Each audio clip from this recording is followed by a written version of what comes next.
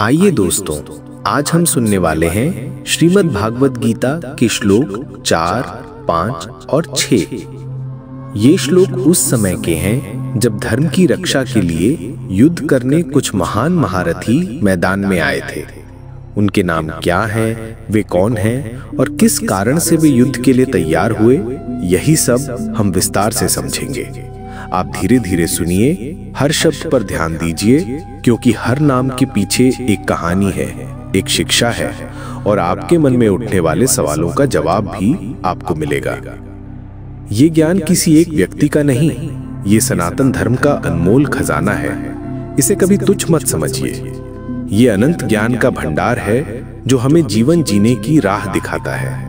तो दोस्तों, वीडियो को अवश्य शेयर कीजिए ताकि ये दिव्य ज्ञान अधिक से अधिक लोगों तक पहुंचे। चलिए अब बिना देर किए हम सुनते हैं, समझते हैं और समाधान पाते हैं। श्लोक 4। अत्र शूराः महेश्वसः भीम अर्जुन समायुधि युयुधानो विराटश्च द्रुपदश्च महारथाः। इस श्लोक में बताया गया है कि युद्ध में जो महारथी खड़े हैं वे साधारण योद्धा नहीं। शूर अर्थात निर्भीक, निडर, महेश्वस जिनके पास बड़े बड़े धनुष हैं, जिन्हें चलाने के लिए असाधारण शक्ति चाहिए। ये सभी ऐसे योद्धा हैं जो भीम जैसे बलवान और अर्जुन जैसे शस्त्र विद्या में निपुण हैं, यानी युद्ध में इनका मुकाबला करना आसान नहीं। पहला नाम युयुधान, जिसे सात्विकी भी कहते हैं। ये अर्जुन का शिष्य है, लेकिन धर्म के पक्ष में खड़ा है, कृतज्ञता और निष्ठा का अद्भुत उदाहरण। दूसरा नाम विराट, जिन्होंने कठिन समय झेला फिर भी धर्म के लिए युद्ध करने का निर्णय लिया। तीसरा नाम द्रुपद, जिन्होंने अपने अपमान का बदला लेने का संकल्प लेकर युद्ध में प्रवेश किया। इन तीनों से हमें सीख मिलती है, बल हो तो उसका उपयोग धर्म के लिए करें। अपमान हमें तोड़ता नहीं, बल्कि सही उद्देश्य के लिए खड़े होने की प्रेरणा देता है। निष्ठा और कर्तव्य से बढ़ा कोई संबंध नहीं। श्लोक 5। अन्य वीरों का परिचय। धृष्टकेतुश्च चेकितानः काशी राजश्च वीर्यवान पुरुजित कुंती भोजश्च शैब्य च नरपुंगवः। अब आगे और वीरों के नाम आते हैं। धृष्टकेतु कठिन परिस्थितियों के बावजूद धर्म का साथ देने वाला। चेकितान अपने समुदाय से अलग होकर सत्य के लिए खड़ा हुआ। काशीराज पराक्रम में श्रेष्ठ, युद्ध में अडिग। पुरुजित और कुंती भोज पांडवों के रिश्तेदार होते हुए भी न्याय के लिए युद्ध में खड़े हुए। शैब्य युधिष्ठिर का ससुर, फिर भी धर्म के साथ। इनका परिचय बताता है कि कभी कभी रिश्तों से ऊपर उठकर धर्म का साथ देना पड़ता है। भीड़ के साथ चलना आसान है, पर सच्चाई के लिए अलग खड़ा होना ही वीरता है।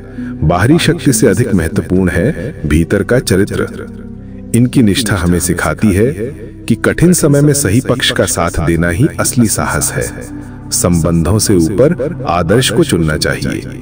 अब अंतिम श्लोक में कुछ और वीरों का परिचय मिलता है। युद्धामन्युश्च विक्रांतो उत्तमौजश्च वीर्यवान सौभद्रो द्रौपदेयश्च सर्वे एव महारथा। अब अंतिम श्लोक में कुछ और वीरों का परिचय मिलता है।